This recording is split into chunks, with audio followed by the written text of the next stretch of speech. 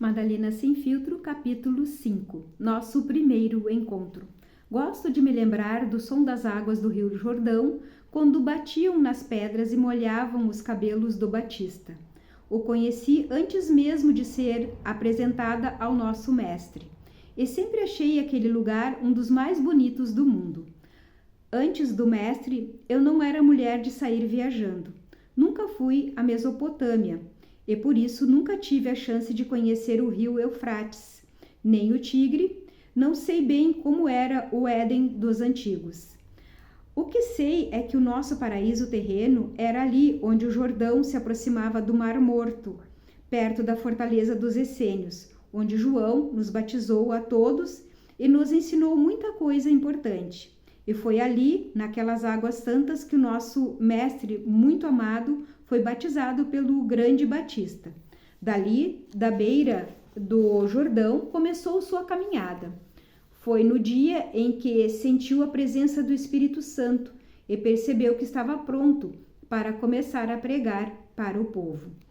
Nunca tive chance de lhe perguntar por que veio logo para a Galiléia, sem passar por Jerusalém, onde ficava o templo grandioso construído pelo rei Herodes, onde ficavam muitos pregadores importantes. Talvez quisesse evitar os soldados romanos, pois todos nós os temíamos. Talvez não quisesse estar perto da arca, onde diziam que o Senhor morava, pois ele sempre nos deu a entender que o Senhor não morava mais lá. Talvez o mestre não tenha começado sua caminhada por Jerusalém porque já soubesse que iria fazer uma nova aliança e que, ao divulgar ideias tão revolucionárias, provocaria a fúria dos doutores da lei, os homens que se achavam donos de Deus. Todo mundo sabe o quanto ele se incomodava com o covil de ladrões que se criou na entrada do templo, mas foi só mais tarde que tudo isso explodiu. Quando nos conhecemos, ele já era um incômodo. Só não era procurado como se fosse um inimigo de Roma. Vinha acompanhado de Pedro, Tiago, João, Bartolomeu. Eram muitos discípulos e mais ainda curiosos que se aproximavam para ver o rabino que era chamado de Salvador. Lucas Evangelista não estava entre nós. Nunca esteve. Verdadeiramente não o conheci, pois estou certa que ele só veio a saber de nossa história alguns anos depois. Mas sobre seu primeiro encontro com o mestre, foi a versão de Lucas que prevaleceu. O terceiro evangelista escreveu que Jesus andava de cidade em cidade e de aldeia em aldeia, pregando e anunciando o evangelho do reino de Deus. Disse que os 12 andavam com ele. Não me lembro bem se no dia em que vi aquele rabino energético pela primeira vez, eram mesmo 12 homens a seu lado. Entendo que Lucas estivesse falando dos muitos homens que acompanhavam Jesus, e o número 12 sempre teve esse poder. Logo depois do 11, da desintegração à completude. Enfim, os 12 meses do ano, as 12 tribos de Israel, os 12 apóstolos. Foi logo depois disso que o evangelista resolveu falar aquelas coisas desagradáveis. Quando lembrou-se de nós, disse que éramos algumas mulheres. Não perdeu tempo em contar, e que todas tínhamos sido curadas de espíritos malignos e de doenças. Falou de mim primeiro. Pintou-me como a pior entre as mulheres. Maria, chamada Madalena, da qual saíram 7 demônios. Ora, de onde tirou isso? Lucas não contava mulheres, mas contava demônios. Nunca nos conhecemos. E com tanta precisão, 7 demônios? Quem foi que lhe disse? Conceda-lhe o perdão, meu Deus. Sei que não deveria falar de um homem que as igrejas fizeram santo. Sei disso. Mas veja o outro lado. Não sei nem mesmo se Lucas foi médico. Nem sei se acompanhou o apóstolo Paulo. Nenhum deles estava na Galiléia quando conheci o mestre.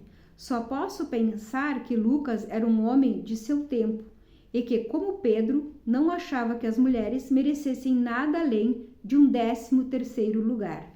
Quando resolveu falar de Joana, esposa daquele procurador romano, e também de Susana, Enfim, quando falou de nós, o que disse foi que fazíamos parte de um grupo grande de mulheres e que servíamos ao nosso mestre com aquilo que possuíamos. Não penso que tudo o que tínhamos para oferecer eram apenas demônios e bens materiais. Sim, cuidávamos para que ele tivesse água e comida. Assim como Pedro o acolheu em sua casa em Cafarnaum, muitas de nós oferecemos abrigo ao mestre quando ele precisou fugir da multidão feroz. Ninguém jamais se esqueceu do dia em que arrancaram o telhado daquela casinha de pedras para que ele curasse um paraplégico. E nosso mestre temeu pela própria segurança. Precisou encontrar atalhos para evitar a multidão e conversar a sós com nosso grupo de discípulos. Naqueles momentos só queria os mais próximos. E nós o protegíamos do jeito que nos era possível, quando a multidão chegava como um rebanho sedento, querendo tocar no pastor. Maria Salomé ajudou muito, muito mesmo, depois que seus filhos José e Tiago tornaram-se companheiros do mestre. Mulheres tinham funções domésticas em seu tempo, mas não fomos só isso. E o apoio que dávamos para Jesus de Nazaré levasse sua mensagem aos vilarejos. Fazíamos menos que os homens? Não creio. As escrituras que ficaram muito tempo escondidas num jarro, aqueles que acharam recentemente no Egito, contaram muito mais sobre nós e sobre nosso verdadeiro papel de discípulas. E foi nesse mesmo jarro que acharam uma cópia do meu evangelho. Olho para trás, relembro minha vida a seu lado. Tento compreender o que vi e vivi com Jesus. Leio tudo o que escreveram. E agora, mais distante da perspectiva do tempo, percebo claramente como nosso mestre era enigmático. Não só porque frequentemente falava em parábolas e nos obrigava a interpretá-las, mas também porque muitas vezes parecia se contradizer ou nos surpreendia com uma certa agressividade que nem sempre notávamos em suas mensagens de amor ao próximo. Pedro disse que ele era como um mensageiro do Senhor. Mateus, apóstolo, o comparou a um filósofo, mas Tomé era quem tinha razão, pois, como ele disse, poucos seriam capazes de compreender Jesus. Se fôssemos contar aos outros judeus tudo aquilo que nosso mestre nos dizia, seríamos apedrejados. Pode ter certeza do que estou lhe dizendo. E sairia fogo das pedras, mas aqueles que as atirassem seriam queimados. Tamanha era a força espiritual do nosso mestre. Isso está no livro que o próprio Tomé escreveu, ou que atribuíram a ele, nunca sabemos.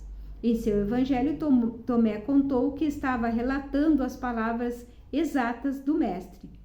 E eu ouvi muitas delas, mas não ouvi tudo, ou não me lembro exatamente da mesma forma como Tomé se lembrou.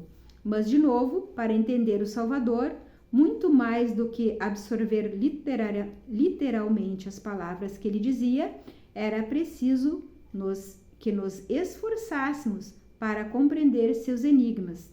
Era como se, ao falar, ele exigisse de nós uma interpretação imediata para que continuássemos acompanhando seus ensinamentos, que nem sempre eram como 2 mais 2. Era preciso pensar rápido e com inteligência. Por isso, ele precisou escolher alguns dentre nós. Ser seu apóstolo realmente não era para qualquer um, muito menos para qualquer uma, posso lhe garantir. Devo lhes dar aquilo que nenhum olho viu, nenhum ouvido escutou, nenhuma mão tocou, o que ainda não surgiu no coração humano. Ouvindo palavras como aquelas, nós perguntávamos como seria o fim dos tempos, como seria o reino dos céus. E ele sempre nos obrigava a pensar. Disse que o reino dos céus era como a semente da mostarda, e a menor de todas as sementes, mas quando cai num terreno preparado, ela produz uma planta grande e torna-se um abrigo para os pássaros do céu. O Senhor sabe, a memória às vezes se turva, entra nos redemoinhos. Mas, agora, refletindo sobre os acontecimentos, parece-me bastante provável que as implicâncias de Pedro já estivessem latejando na minha cabeça mais do que o sol inclemente quando perguntei ao mestre o que pensava sobre seus discípulos. São como crianças vivendo num campo que não lhes pertence, ele respondeu. Explicou-me que um dia precisaríamos tirar nossas roupas e devolvê-las ao dono do campo, devolvê-las ao Senhor, imagino. Quando ele dizia roupas, falava de nossos corpos, daquilo que não levaríamos para o reino dos céus. Compreendi que estávamos vivendo aquela vida à espera do dia em que estaríamos despidos, vendo tudo de cima, compreendendo a pequeneza da existência humana e de suas arrogâncias e de suas mesquinhezas e de tudo que se faz quando se pensa apenas nas roupas, esquecendo-se do espírito. Se você não jejuar no mundo, não chegará ao reino, ele nos disse uma vez. E eu acreditei naquilo com todo o meu coração, sempre pensando que deveríamos lembrar do maior de seus ensinamentos. Ame seu irmão como a sua própria alma. Mas não pense que tudo que Jesus nos dizia nos encaminhava diretamente ao Senhor, sem que precisássemos fazer esforço, sem um terrível cansaço mental. Não mesmo. Muitas vezes ele dizia coisas que me deixavam insegura, temendo que tudo o que eu pensava sobre seu grande amor pelos seres humanos não passasse de um sonho da menina de Magdala, pensando que eu talvez estivesse confusa, sem compreender coisa alguma. Uma vez lembro-me, ele disse para que entrar no reino dos céus seria preciso que masculino e feminino fossem um só. Nunca compreendi direito e até hoje não compreendo aquelas palavras. Como assim? Me perguntei em pensamento, sem coragem de demonstrar minha ignorância. Mais tarde, ele voltou ao assunto e disse que a mulher precisa se tornar homem para entrar no reino. Disse isso justamente numa das vezes em que me defendia das implicâncias de Pedro. Até agora não sei se o disse apenas para aplacar a fúria de um apóstolo contra as mulheres, pois na maioria das vezes seus discursos nos colocavam em pé de igualdade com os homens. Será que Jesus era feminista? Posso dizer com certeza que depois dele muita coisa mudou para nós. Basta ver que, enquanto nosso mestre esteve por perto, Pedro jamais conseguiu me afastar. E ouça o que Pedro disse: Maria deve nos deixar, pois as mulheres não têm valor. Foi assim que Tomé, no evangelho que atribuíram a ele, recordou-se daquele momento. Lembro-me também de como senti tudo aquilo, um golpe forte em meu ventre. Cheguei a ficar tonta, talvez fosse o sol no deserto, talvez fossem espíritos foragidos que lançavam suas maldades sobre meus ombros.